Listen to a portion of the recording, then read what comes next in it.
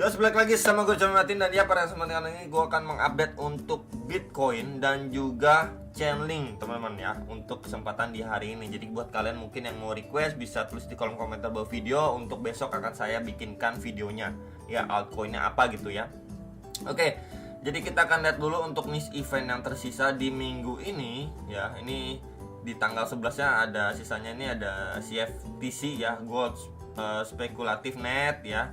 Ada CFTC Nasdaq juga ya untuk di tanggal 11-nya.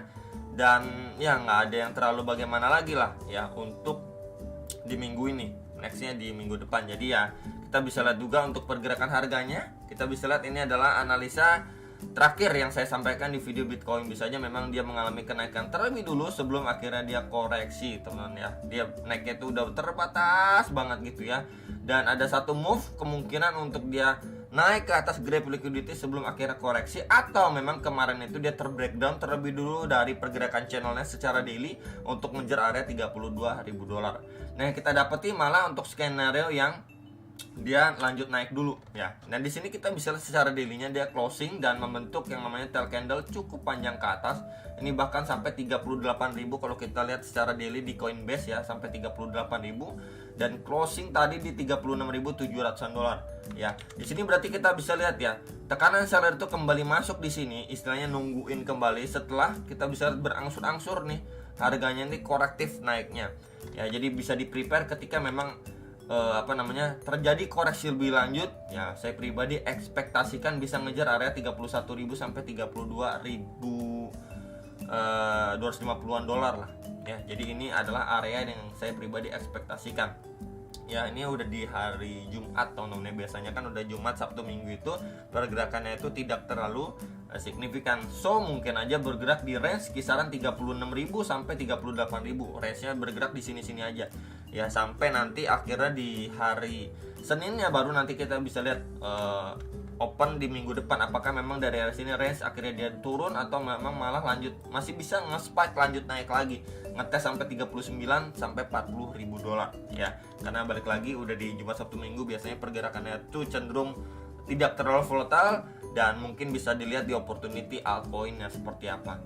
Next, kalau kita lihat untuk Bitcoin secara time frame kecil seperti time frame 15 menit, kita lihat ini terakhir kali pun dia ngetes untuk bagian bawah nih. Ada support bawah itu di box putih nomor 2 ini ya. Ini di sekitar 34.500-an dolar dan mendapatkan reaksi ya, mendapatkan reaksi untuk dia lanjut naik. Bahkan ya, ini coba akan saya hapus dulu. Oke. Bahkan dia ini udah mampu lewatin atau break nih dari trendline resistance channelnya ini. Kalau saya extend ya, dia beberapa kali fake out ya, fake out terakhir kali akhirnya dia mampu lanjut naik. Nah, pertanyaannya adalah ketika memang secara time frame 15 menitnya dia masih hold di atas trendline resistance ini, masih adanya chance untuk minimal ya ngetes ke swing high terakhirnya dia. Tapi kalau di sini akhirnya dia ketahan, let's say di sekitar 37.300, 37.400 gitu ya, dia naik perlahan di sini, rejection lagi, malah kembali masuk ke dalam sebuah channelnya gitu ya, drop di sini, mantul di sini, sideways aja gitu ya, Sabtu Minggu, akhirnya lanjut turun lagi di Senin. Kita udah bisa lihat di sini adanya transisi ya dari uptrend dan perlahan secara time frame 15 menit berubah menjadi downtrend kembali ya. Jadi ini adalah movement dari Bitcoin yang perlu kita antisipasi dan kita perhatikan secara time frame kecil, contoh seperti time frame 15 menitnya.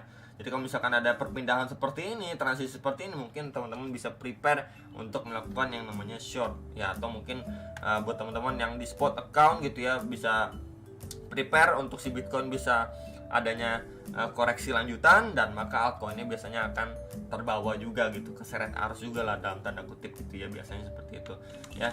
Dan itu yang perlu diperhatikan untuk si Bitcoin at least secara time frame 15 menit. Kalau kita lihat di time frame 4 jamnya so far ya, kita bisa lihat ya rejection yang terjadi ini sangat-sangat wajar karena memang kita bisa lihat ini udah berangsur-angsur naik dan akhirnya dia mampu sampai 38.000 dolar. Nah, posisi saat ini memang kita bisa lihat cenderung masih dikontrol sama buyers. Kenapa begitu? Kalau misalkan saya lihat juga nih ya, walaupun di sini bikin tail candle cukup panjang, tapi di sini juga secara time frame 4 jam ini tail candlenya panjang dan di follow up dengan bull candle. Nah, pertanyaan selanjutnya adalah bull candlenya ini seberapa kuat dia lanjut naik? Ya, at least Untuk area ini closing di sini closing bull candle dan opening red candle di 37.100 ini harus mampu di reclaim dulu. Itu yang pertama. Lalu kedua adalah area di swing high terakhir atau waktu dia bikin tail candle terakhir atau di highest levelnya. Itu menjadi dua area PR untuk si Bitcoin. Jadi kalau misalkan area ini aja, ya area ini aja dia ketahan gitu ya, rejection lagi gitu ya. Nah mungkin ketika retrace untuk kedua kalinya setelah rejection itu terjadi, baru mungkin kita bisa lebih prefer mengambil short. Tapi kalau misalkan dari area sini dia masih mampu reclaim, ini akan mampu di break gitu ya, ini masih cenderung bisa aja masih lanjut naik ke tes ke 39 sampai 40 ribu dolar untuk si Bitcoin ya. Jadi palingan itu secara hourly-nya khusus 4 jam tadi juga 15 menit juga sudah saya bahas. Overall memang dia masih bergerak di atas, sedikit di atas ya dari pergerakan channelnya. Dan ya ini menjadi area pantauan untuk kita saat ini dulu, apakah memang dari area sini gitu ya dia masih bisa lanjut naik lagi ngetes bahkan 39-40 ribu dolar.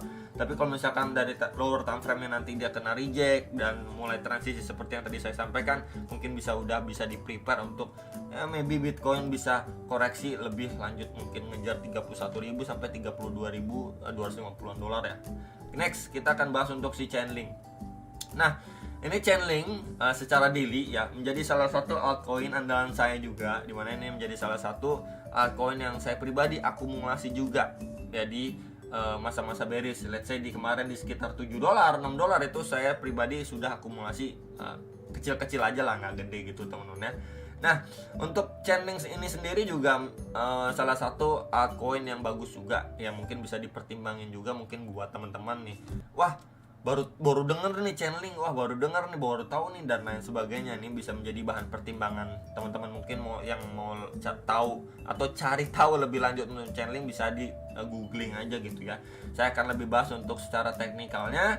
Terakhir kali memang dia bergerak sideways aja nih di sini ya, di range 5,2 dolar sampai di range 9 dolar. Akhirnya dia mampu break dan posisi saat ini adalah dia lagi testing nih ya di sini. Ini dia lagi testing terhadap support resisten pada pergerakan Chainlink sebelum-sebelumnya nih. Nah ini saya tandain dengan box merah. Kita bisa lihat ya sebelum-sebelumnya ini secara daily loh ya, di tahun 2020, 2021 ya, kemudian di 2022 ini beberapa kali memang menjadi support dan resisten secara daily-nya dia. So kalau saja dari area ini dari level 14,8 sampai 16,1 dolar ini mampu di break, ini menjadi next area pantauan dulu nih di sini. Karena terakhir kali mendapatkan rejection dari area sini nih, pada Desember 2021, kemudian Februari 2022 dan di April 2022 nih di sini. Itu di sekitar 17,87 sampai 18,7 dolar ya. Jadi kalau let's say dari dua area ini mampu di break and retest sama Chainlink, let's say seperti ini ya, ini break, mungkin rejection, next lagi mampu di sini break and retest untuk bahkan lanjut naik lagi. Nah, kalau memang dua area PR ini udah mampu di break dan retest sama si Chainlink secara daily, ini udah berubah overall. Dari bearish ini kan bullish ya. Bullish terus di sini bearish. Berarti kalau misalkan adanya transisi kembali reclaim area ini, berarti udah dari bearish kembali ke bullish lagi untuk si Chainlink. Tapi kalau misalkan dari area sini dia kena reject dan belum mampu reclaim, bagaimana bro? Oke.